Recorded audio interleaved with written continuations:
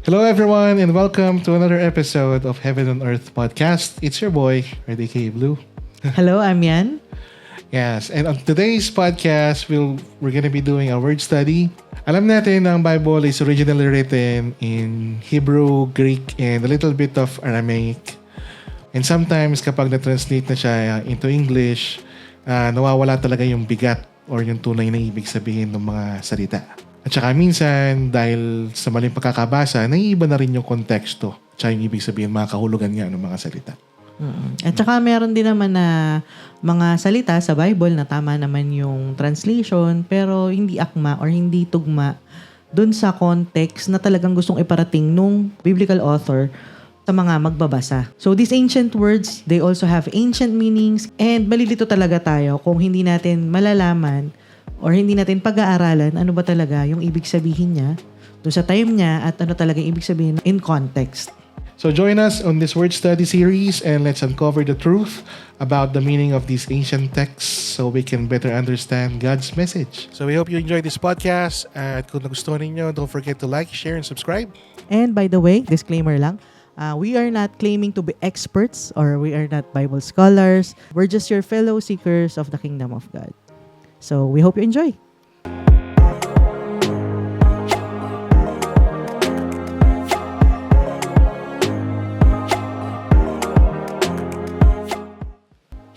Okay. So first and foremost, bakit tayo mag-word study nga? Ano? Again, sabi natin kanina, mayroong mga words na natitake out of context. Kaya mali yung interpretation tuloy ng mga salita.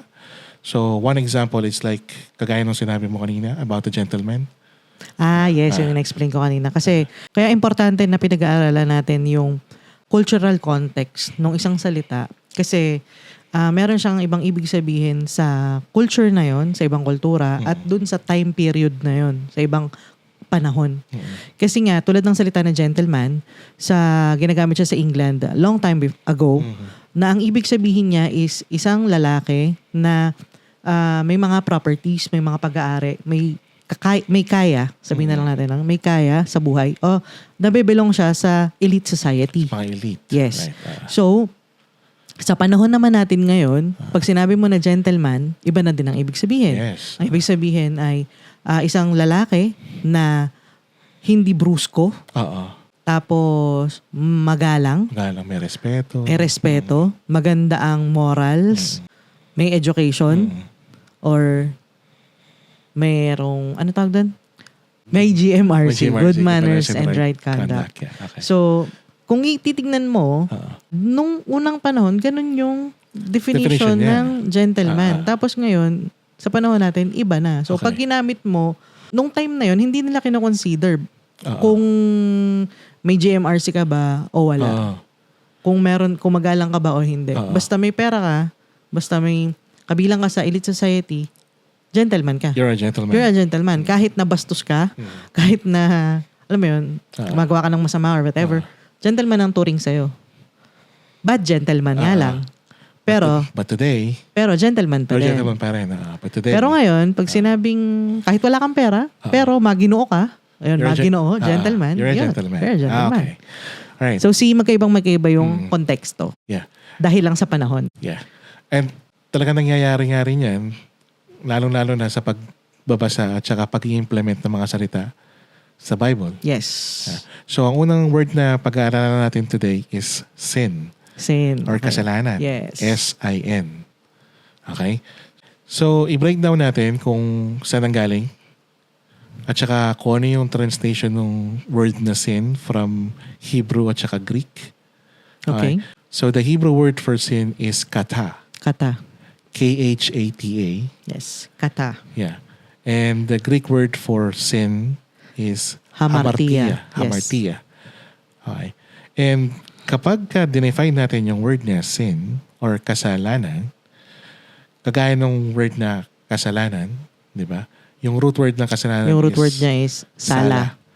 So, meaning mali or sumala ka sa pag-hit ng target. No? So, basically, ang definition niya is failure to hit the mark or the goal. Yes. To fail. To fail. Na nag-miss ka dun sa Sa target na yan. Tina-target mo. So, pwede rin ba nating masabi na ganun din siya biblically? So, pwede mong sabihin kapag tinake natin yung literal na word na sin or kasalanan, pwede natin siyang gamitin sa hindi religious na context. Yes. Of course. Tama? Actually, yung sin naman talaga, ang most basic definition niya, hindi naman talaga biblical. Kaya nga, dinefine na natin kung ano actually yung ibig sabihin niya na to fail or to miss the goal. Katulad ng ginamit yung word na kata, dun sa isang passage, yung Benjamin tribe, tinitrain nila yung mga army nila or yung sling experts nila. Yung mga yes. So, di ba yung sling expert, yung parang tirador sa atin yan. No? So, yung kagaya ng ginagawa ni David. Yeah, exactly. Yung sling na yung bato, papatamain nila sa buhok. Sa hair. Sa buhok lang, sa hair. Hindi sa ulo. So, kapag na-miss nila yon, nagkata sila. Pag na-miss nila yung hair. Nag-sin sila. Oo, sumala sila doon sa. Okay. So, hindi lang siya doon ginagamit sa kasalanan or sa kung paano natin religiously ginagamit yung sin. Yun yung gusto kong gusto kong tumbukin kanina. Or another example pa is sa proverb meron din sinasabi na that warns us against hasty decisions. Kasi pag nagmadali ka ng desisyon, sinasabi doon na pwede kang magkata. Ang ibig sabihin, pwede kang ma-miss mo yung goal mo or maligaw ka ng direksyon. Pwede kang magkamali kapag pwede kang magkata. You can kata your way. Yun yung pinaka-translation. You can kata your way. Ibig sabihin, mamimiss mo yung destination mo, maliligaw ka ng daan. So, in that sense. Okay. No? Baka magkamali ka ng daan, baka magkamali ka ng destination. Malihis ka ng destination. Okay. Kasi hindi mo na-hit yung tamang desisyon. Kaya malilihis ka. Okay, get it. Exactly. Okay. Kapag ginamit natin sa religious naman siya na context, we can say na, yun nga, kagaya ng sinabi mo kanina, or if you fail to hit the mark or the goal, is nagkasala ka. Diba? Sala ka dahil hindi mo nga natamaan yung goal. So, question is, pag define natin siya sa biblical terms, ano yung goal natin? Ano yung goal? Okay. Para hindi tayo malihis or hindi tayo magkasala. Okay, so, babalik tayo. No? Paborito natin yun Yes, lagi. Paborito natin bumalik. Yeah. Balik tayo sa Genesis 1. Okay, sa Genesis 1, nung ginawa ang tao, again, diniscuss nga natin doon sa nakaraan nating podcast na as an image of God, ang duty natin is for God to rule through us. Yes. In a sense, we represent God. Humans are sacred beings that represent the Creator who is worthy of respect. Okay. Meaning, the goal is, because you are the image of God, and I am the image of God, you are worthy of my respect. Both Kasi of us are worthy of respect. You represent the Creator. Okay, I represent the Creator. Okay. And if we respect the Creator, we respect each other. Yeah, okay. Ganon. So to answer the question, our goal is to love, una sa lahat, yung Creator natin. Okay. And number 2, to love humans kasi we represent the Creator. Okay. Each of us. Lahat ng nilalang niya. Okay. So basically, dun sa definition natin ng ano yung goal, sin is a failure to love God and others by the way of not treating them with the honor they deserve. Halimbawa, nag-fail ako na i-honor ka, dun ako nagkasala. Okay. Hindi lang basta sa lumabag ka sa batas or ganon. Nagkasala na ako nun kapag hindi kita binigyan ng honor that you deserve. Okay. Honor, respect. As tao. Yeah. Right? Okay. Makikita natin to, bro. Doon sa time ni Moses, binigyan si Moses ng 10 commandments para sa mga Israelites, right? 5 doon, pinapakita sa atin yung way kung paano tayo mag-fulfill to love God. Okay. So, 5 doon. 5 doon. Halimbawa, hindi natin siya, sumamba tayo sa ibang Diyos, gumawa tayo ng rebulto, ginamit natin yung pangalan niya in vain, ganyan. And then 5 doon, nagpapakita sa atin kung paano tayo mag-fail to love people. Tulad nung pagpatay, pagnakaw, adultery. Yeah. Pagsasabi ng chismis, masapa, bear false witness. Paninira sa kapwa. At saka yung pagiging mainggitin. Yeah. Ayun. Kasi pag nasimulan mo ng mainggit, Pwede kang gumawa ng, ano yan para siyang buto na tinanim mo. Pag nagtanim ka ng inggit sa katawan mo, pwedeng mamunga yun, or lumago yun, tapos mamunga ng na magresulta madaming ng... hate. Yeah. Pwede kang magnakaw sa kanya, pwede mo siyang patayin. Yeah. 'Di ba? Pwede mo siyang siraan. Kasi inggit So, makikita natin doon that doon sa 10 na yun, yung 5 para kay God, 5 para sa tao, it is really connected. No? Deeply connected sila. Meaning, when we fail to love people, we fail to love God. Yeah. Kasi kailangan doon sa 10 na yun, wala kang ma-break. No? Doon lang sa 10 na yun, Kung susunod ka sa law, wala kang ma-break doon kahit isa. So, if you break one, you break all. Kaya, deeply connected sila. Okay. If hindi mo na-honor yung kapwa mo, hindi mo na love si God. So, that equates to sinning. Okay. No? Dahil hindi ka nagmahal ng kapwa. So, kapag magbabasa tayo sa Bible, kuha tayo ng isang story na pwede natin gamitin. Ano sa tingin mo pwede natin gamitin? Para maging example, para makita natin na kapag nagkasala ka sa kapwa, nagkasala ka sa Diyos. Makikita natin yan sa story ni Joseph. Okay. If you know Joseph, galing siya sa 12 sons ni Jacob. Yeah. Tapos, di ba, dahil ingit na ingit ngayon mga kapatid niya, binenta siya. Binenta. Inuhulog muna siya sa balon, tapos binenta siya sa mga, sino nga? Midianites. Yung mga Midianites. Tapos, ang ginawa nila, binenta nila si Joseph sa Egypt bilang slave. Yes. Naging slave nga siya ni Potiphar. Potiphar, yeah. Eto ngayon, dumating ngayon yung panahon na itong asawa ni Potiphar, gwapong-gwapo sa kanya. Ilang beses na nagtatangka na wafu. No, makipagsolo sa kanya. Pinapasok sa talaga siya sa... Gusto siyang...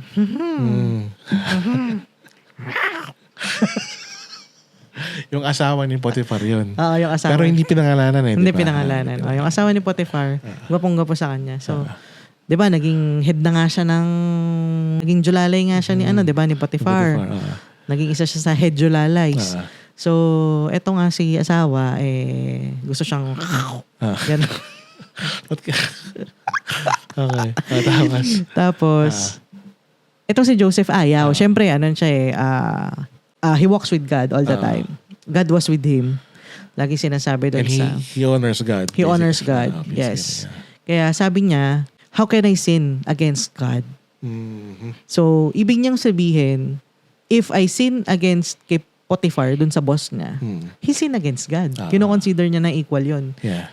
Kapag dinefile niya itong babae, itong lumalapit sa kanya, imagine, ikaw yun, may lumapit sa yung babae. Normally kasi kung... Normally, ang lalaki, di ba? Grab na yan. Ano kasabihan sa atin? Palay na lumalapit sa manok. Yes, ganun. Di ba? Hindi ko naman sinasabi na ganun ka, no? Example lang yun, bilang mga lalaki. Ito kasi asawa ni Potiphar, lumalapit nga sa kanya. Pero si Joseph, yun nga, ayaw nga. So, kino-consider ni Joseph na itong babae is may value or ino-honor niya itong babae. Ayaw niyang i-defile. Okay. So, sabihin na natin na ganito. Kasi kung titingnan natin yung storya, meron na consent from the babae.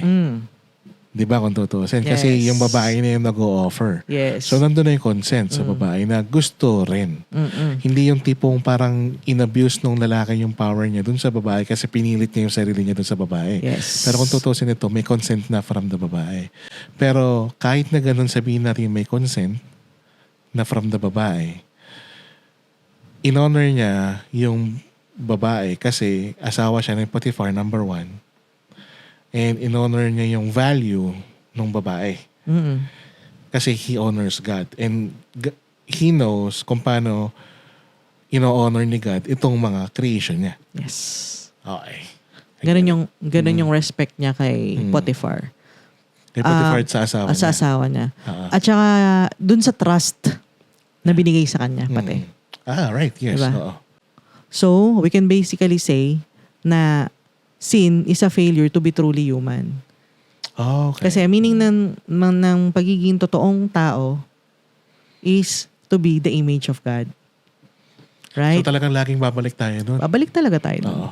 Doon ka talaga magbabase. Exactly. Okay. Yes. So, dahil image ka ni God, you're supposed to be acting like Him. Like Him. Dahil nire-represent mo nga siya dito, tapos binigay sa yung atas na yun na parang pangalagaan mo lahat ng nilikha ko. Mm-mm. Including yung kapwa mo kasi nilikha ko rin yan. Okay. So, gano'n. Treat them with honor and respect. Take them with honor and respect. Okay.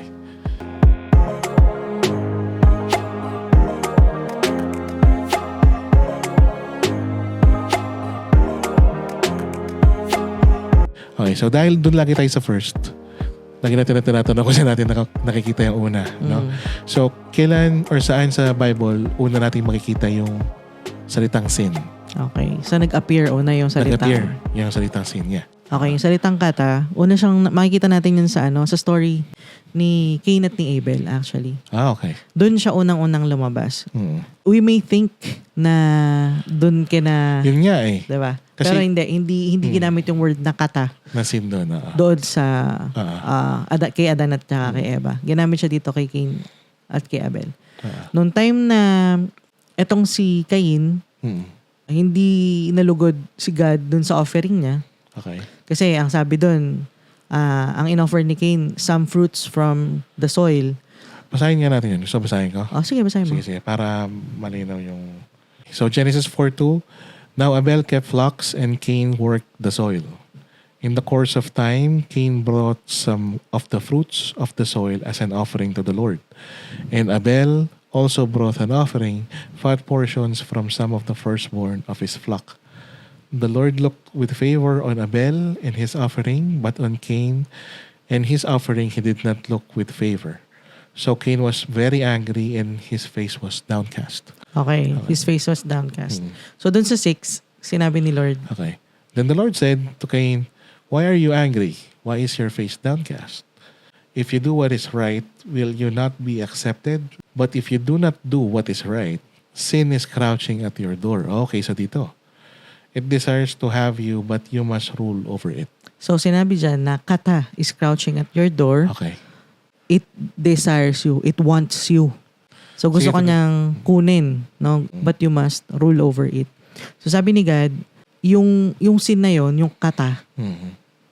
yung failure na yon, nag-aabang sa'yo. Nag-aabang na sa'yo na mag-fail ka. Okay. Pero yung must rule over it, para makikita natin na yung sin na yon, para siyang isang living thing. Okay. Kung paano i-describe dun sa Bible na it wants you. Parang buhay. Yeah. Di ba? Parang isang wild thing or wild animal na gusto kang i-devour. Yeah. May tunog talaga. Hindi kasi 'di ba ano ba yung tawag niya sa New Testament? Parang Roaring lion. roaring lion. Na- Yung devil daw. Parang diba? roaring lion. Sisilain ka. Nasisalain ka. So basically, ang sinasabi dito is it desires to have you. Like gusto ko niyang i-take over. Gusto ko niyang, yes. Gusto niya na siya yung manguna sa Gusto niya siya yung mag-rule. mag-rule sa buhay mo. Kaya nga sabi dito, you must rule over it. Ikaw Okay. yung mag-rule sa kanya. Ikaw dapat yung nagko-control dito or parang laban or anong... Mag-decide ka. Okay. Hahayaan mo ba na i-control ka niyan o na i-rule ka nung sin na yon, Okay. I see. nung animal na yon na gustong sumila sa'yo, or ikaw yung mag-rule over dun sa sin na yon. But dito sa case ni Cain, ano nangyari? Hinayaan niya na yon yung kata. mag-rule, yung kata, yung mag-rule sa mag-rule kanya. sa kanya. Kaya pinatay niya yung kapatid niya. Dahil sobra siyang galit, sobra siyang selos. Mm.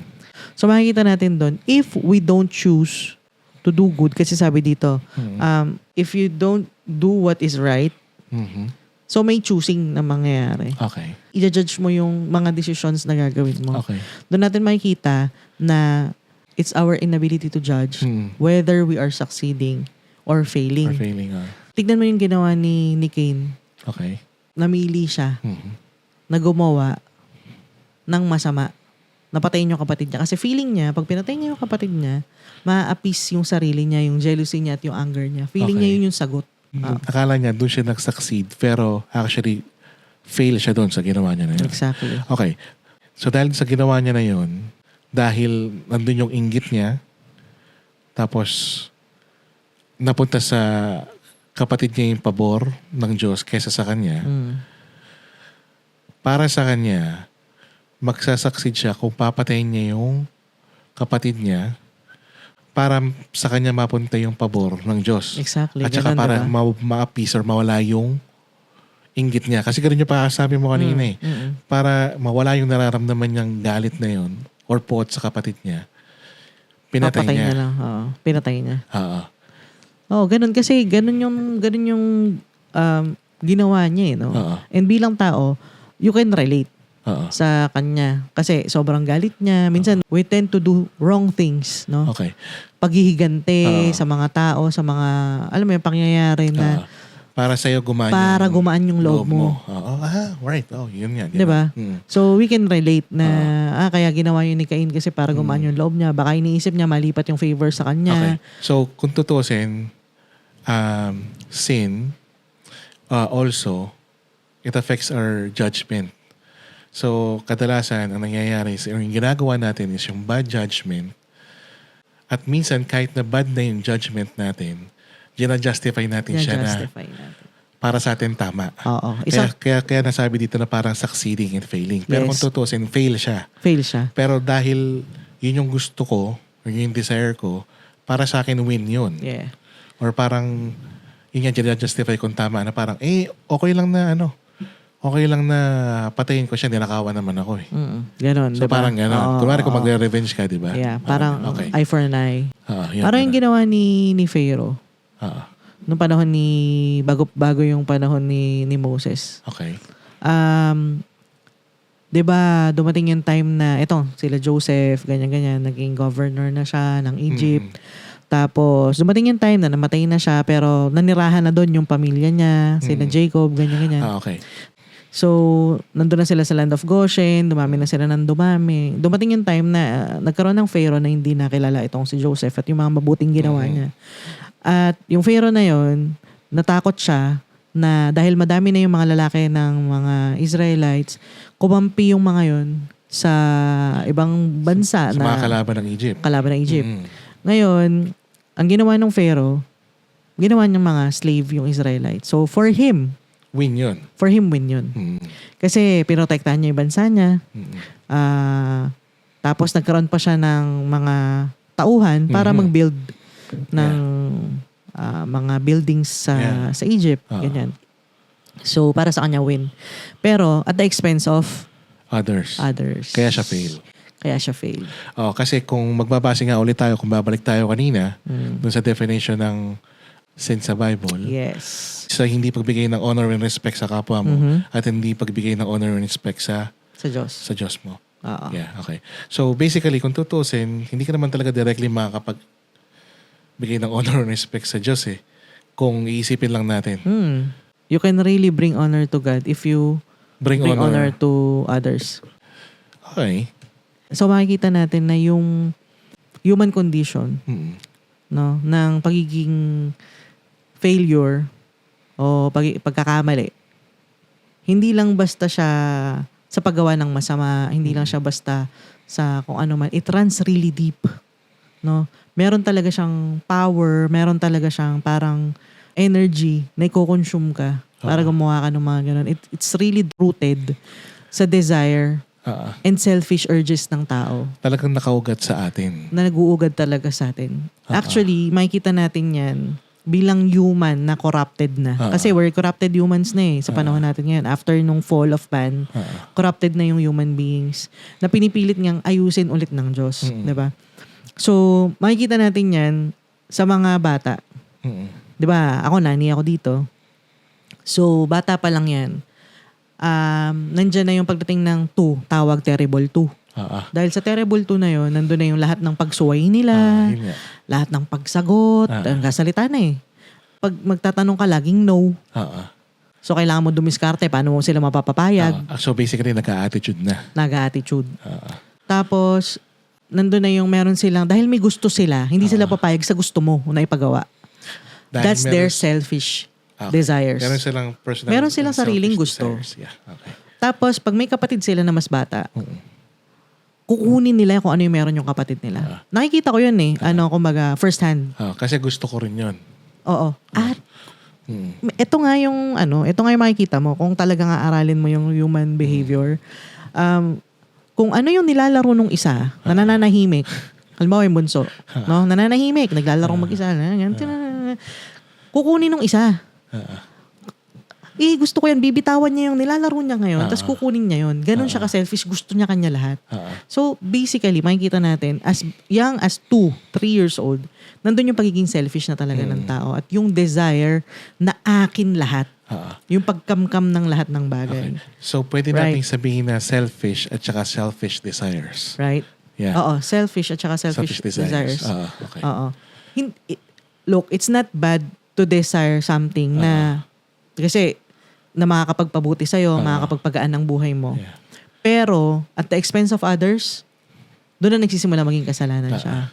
Sin is basically following your selfish desires, selfish urges At the expense. at the expense of others. Okay. So, klaro yun lang yan. At the Okay. expense of others na kahit na maasar sila, kahit na magalit sila sa'yo, kahit na makasakit ka, Kahit na makasakit ka, basta makuha mo yung maka-offend gusto mo. ka, basta kukuha mo yung gusto mo. Sinabi ni Jesus, di ba? I come here to give you life and have it to the full. So we are allowed to live our life to the full. So you can work sa haba ng oras mo kung gusto mo magtrabaho para makaipon ka, para makabili ka ng mga gusto mong bagay. Pero siguraduhin mo na yung gagawin mo na yan, hindi at the expense of others. At Na hindi expense ka of makakasakit, hindi ka makakatapak ng tao. Kasi yung tao na tatapakan mo, yung tao na nasaktan mo, is image of God. Image. Okay, so kailangan talaga natin tingnan na ganun bawat isa. Yeah. Actually, image sobrang of God. hirap niya eh. Yeah. Kasi, parang wala ba ako nasaktan? Wala ba ako natapakan? Iisipin, kumbaga lagi mong iisipin yun. Pero at least meron na tayong ganong kaisipan ngayon. Unlike before, na wala tayong konsensya. Na okay lang, gusto ko to eh. Parang entitled kid ka all the time. At saka hindi lang yun eh. Kaya minsan din, ang hirap itrato ng kapwa na image of God. Kung nakikita mo na parang hindi naman siya worthy na itrato ng ganon. Let's say for example, ang sama niya kang tao. Or parang wala namang ginawang maganda sa'yo. Paano mo siya tatratuhin ng tama? Huwag mong gawan ng masama. Hindi. Pero yun nga, kumbaga, isa siya sa mga parang kung tutusin, let's say, na naghihinder sa atin. Actually, Or parang nagiging pamantayan natin ng paggawa ng mabuti. Or parang kaya nahihirapan tayong makita yung kapwa natin doon sa light na yan. na likeness or sa image ni God. Isa pa is like yung paglalagay natin ng value sa kapwa. Kunwari, kung feeling natin wala naman naiaambag sa syudad, sa society yan, para sa atin, wala siyang bilang o wala siyang value. Wala siyang bilang. So, paano natin siya makikita sa image of God, di ba? Parang gano'n. Hindi ko naman sa parang nandun nga yung, sinasabi na. nandun, kaya nga sabi ko, it's difficult. Mahirap talaga para sa atin. Yun yung part na sinasabi. Oo, mahirap talaga para sa atin. Kasi doon natin binabatay kadalasan yung righteousness natin para makaabot sa Diyos. Pero dinidiscuss pa lang natin ngayon kung ano yung human condition. Ano yung kalagayan natin bilang tao. So, dahil meron tayong selfish desires, meron tayong bad yung judgment natin, tapos we fail to love God and love others, tayo na yung pinaka nakakaawang mga nilalang. Yeah. Wouldn't you say? Kasi parang kahit saan ka lumingon, sobrang hirap talaga. Katulad nga yung mga sinasabi mo, parang hirap mag-put ng value dun sa hindi ka naman bina-value. Ang hirap mag-put ng value sa wala namang naiaambag sa'yo at ginagawa, asarin ka lang at guluhin. Diba? So, dun nga papasok yung human condition natin. We are a failure. At Okay. that's really a hard thing to accept. It's a difficult pill to swallow or something like that. Parang ganun pa yung kasabihan. Kaya nga, di ba, naalala mo kapag Hindi, yes. sinasabi mo lagi sa kasi Bible. isa sa mga favorite na verses ko yun kasi nung nabasa ko talaga yun, nagmarka talaga siya yung kay sa akin. Noah. Yung kay Noah. Yung kay Noah. Ang sabi ni Lord, I believe Genesis 6:5. The Lord saw that the wickedness of man was great in the earth, and that every intention of the thoughts of his heart was only evil continually. See? Sa NIV, I believe was only evil all the time. Ayan tama And that every inclination of the thoughts of the human heart was only evil all the time. So yun nga, sabi ko dito, si Lord na yung nakakita si Lord na yung nagsabi. And minsan kapag sinasabi mo ta sa tao, Hindi minsan, nila matanggap. Yeah, it's a very hard or difficult pill nga na to swallow or parang hirap ng i-embrace or tanggapin na only evil all the time nga lang yung Nagagawa mo. Oo, ginagawa ko. Or yung laman ng puso mo. Kahit nga Laman ng puso mo, revenge. kahit nga na explain ko na parang, di ba, naalala ko noon, Sabi ko, kailangan mong pag-isipan kung magbabayad ka sa jeep o hindi. Oh, diba? May mga ganun. Oo, hindi natural sa'yo na parang mag-abot na lang kagad ng bayad. Parang, pwede naman ako mag 1, 2, 3. Ba't hindi ko gagawin? O kaya, sa bus. Sabihin na ganun natin, din. tulad dito, parang ay, isang stop lang naman, hindi na ako Yes. magtatap or hindi na ako bibili ng ticket. Di ba? Diba? Exactly. So, kumbaga parang kailangan mo pang pag-isipan kung bibili ka or hindi. So, kumbaga parang yun nga. Anong difference dun sa pagpipili mo ng choice? So, sa pagpili mo ng choice, kung papatayin mo yung kapwa mo o hindi. Yun na nga, lagi tayong, kasi, laging may pagpipilian ka talaga. Yeah. And we tend to be inclined dun sa evil. Sa fail. Dun sa Fail. Epic failure tayo, human. Okay. Eh. Okay. Oo. Kaya nga, yun, sabi ni Apostle Pablo sa New Testament, yung Right. word na sin, it was translated from the Greek word hamartia. Hamartia. Na binibigyan niya ng definition na parang etong sin is alive. Mhm. Sabi niya, Right. 'di ba? Yeah. Sin lives in us Yeah. so that the things we want to do, we don't We do. don't do. But we do the things that we don't want to do. Parang tongue twister lagi yan eh. Gusto kong bumait pero di ko magawa. Yan, Ayan, kaya yan yun. Kaya yun yung part na sinasabi niya na wretched man that I am, di ba? Yung Wretched sabi niya. man that I am. Yun yung sinasabi niya. Tapos parang buhay yung sin na yun. Di ba? Yung katulad nung sinabi natin kanina na it's crouching at the door and waiting To devour. to devour or it wants you. Yeah. No? It desires you. Na parang buhay. Para siyang buhay, para siyang wild animal, para siyang may power or may force. Yeah, Yun, yeah. para siyang may power or may force na gusto kanyang kunin. Kaya nga sabi niya, 'di ba? We are slaves to sin. 'Di ba? Yun yung imbes na tayo yung nagro-rule, yung sin yung nagro-rule sa atin. So, hindi lang siya buhay. Pero maaari mo rin sabihin na nabubuhay siya within us. It lives in us. It Nandun lives- na siya sa loob natin. Kaya nga, sabi din, it's living in our flesh. Something like that. Na para siyang nasa labanan natin, nasa katawan na Kasi natin. kumbaga, parang dahil nga dun sa mga desire natin at yung mga desire natin na natural naman sa atin, di ba? Pero minsan, dahil sa sobrang tindi ng desire na yon, nang-aargabyado na tayo ng tao para lang ma-fulfill yung desire na yon. Exactly. Di ba? So, Ganun. kunwari, let's say, punta na tayo sa R word. Bawal na kasi sa mga social media eh. Let's say the R word. No, iba-violate ko na yung dahil sobrang hayok na hayok ako sa kanya, iba-violate ko na siya. I-R word ko na siya para mapunan yung Pangangailangan mo. pangangailangan mo. Yes. So, pwede nga natin sabihin na parang nabubuhay sa'yo kasi yun yung parang nagpupush sa'yo na gawin yung Oo. Kaya sinasabing alive siya sa loob mo. ganong kasahol na bagay. Oo. Yeah. Oo. Okay. Yun na yung... Yun na yung human condition. Oo. Yun yung human condition Yun natin. yung Kaya human nga, condition.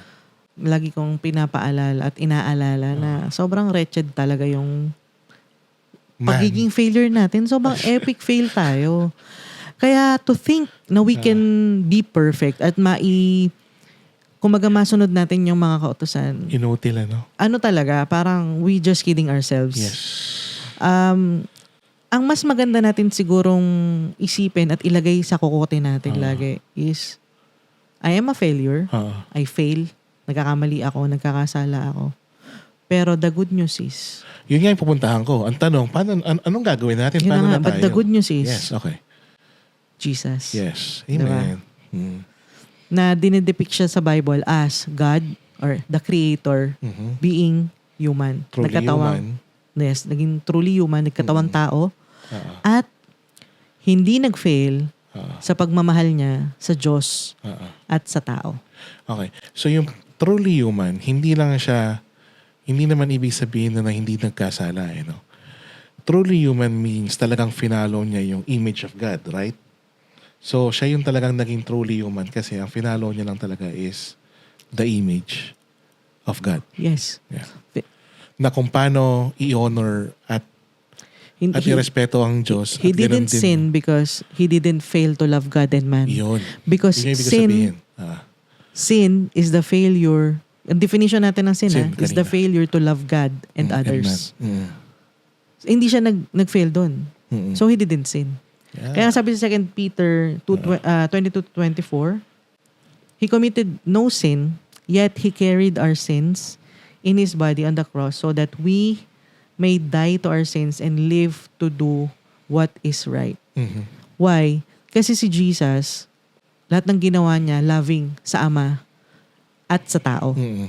So, makikita natin yon, in-honor niya si God kasi dun sa, bago siya mag-start ng ministry niya, Mhm. Matthew chapter 4, sa mga temptations Temptations sa wilderness. oo, Yes. Okay. sa mga testings niya na yun, pumasa siya. Hindi siya nag-fail. Yeah. 'Di ba? Ino-offer na sa kanya lahat. The power of the world, the kingdom of the world, ganyan. Pero, hindi nanalo ang devil sa kanya. Lastly, yung bago siya hulihin doon sa Garden of Gethsemane. Garden of Gethsemane na nag-pray siya. Yes. Oo. 'Di ba? Tapos, nanghina siya. Nandun siya sa testing. Sa testing naman siya doon. Okay.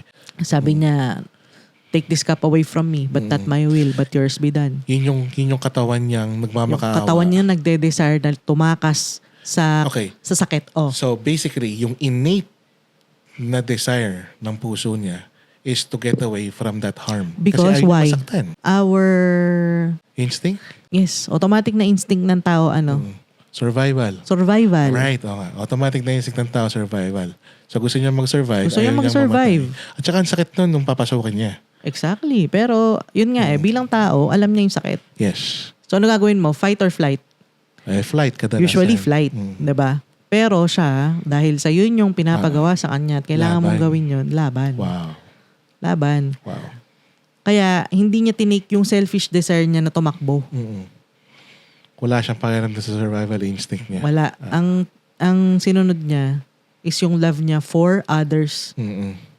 Bakit ba siya mamamatay? It's Yeah. for others. For Hindi naman others, para sa yes. kanya And honoring God. And honoring God because yun yung gusto ng Ama. Na Yeah. magkaroon ng sacrifice for sin dahil for the failure, dahil hindi natin kaya bilang yes. tao. Right. So dahil sa pagmamahal niya sa atin, sa tao, Siya yung nagbata ng mga failure. siya yung nagbata ng failure natin. Kaya kaya na natin ngayon. Kaya nga sinabi ni Paul hindi na kayo slave ngayon ng sin because you are a child of God. Dahil may kumuha na ng failure na yun. So, yung pagkuha ng failure ni Jesus empowers us na mabuhay, na maging truly human. Nang tama. Nang tama. Kaya ngayon, Truly human. simula na nakilala natin si Jesus, we start to do good judgment.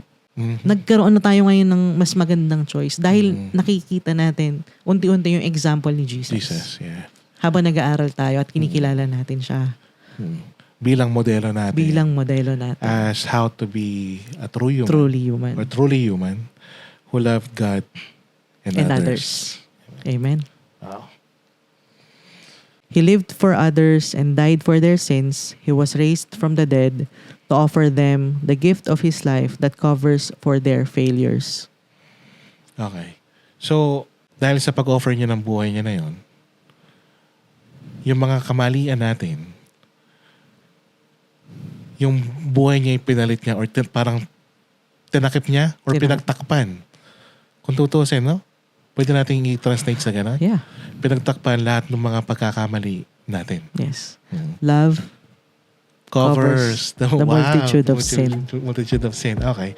So, sa ngayon, bilang mga tao na sumusunod kay Jesus, there will still be instances na talagang magagawa natin yung mga bagay na yan. Kasi innate natin na susundin natin yung human desires natin. But now, we have an example or a model na susundin na kung paano maging truly human na kahit na hindi natin na-fulfill 100% na perfection. Pero dahil kinover niya na ngayon, Yes. so parang perfect na Parang tayo. perfect na kung tayo tutuusin. because of His covering. Because of His covering. Yes. But as we continue to live and move forward, at least now we really have a model na kung paano maging yun nga, truly human. Kung paano i-love si God at paano i-love ang tao or ang isa't isa. Amen. Amen. Wow.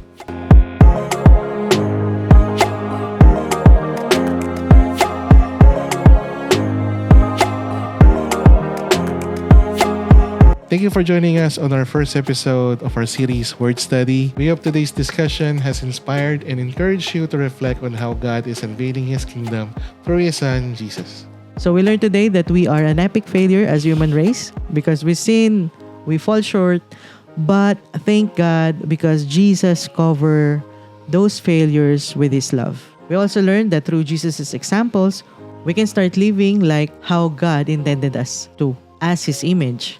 At Heaven and Earth, we firmly believe that heaven is not just a distant future, but a present reality that we can experience right here, right now. We'd love to hear from you as fellow Kingdom Seekers, whether it's your thoughts on today's episode, your personal journey, or how we can help each other grow. Feel free to connect with us. Share this podcast with your friends and family, and let's spread the message that heaven is closer than we think. Remember that experiencing heaven isn't just a future hope. It's a present reality that we can begin to live out today. Stay blessed and be a blessing. Bye. Bye!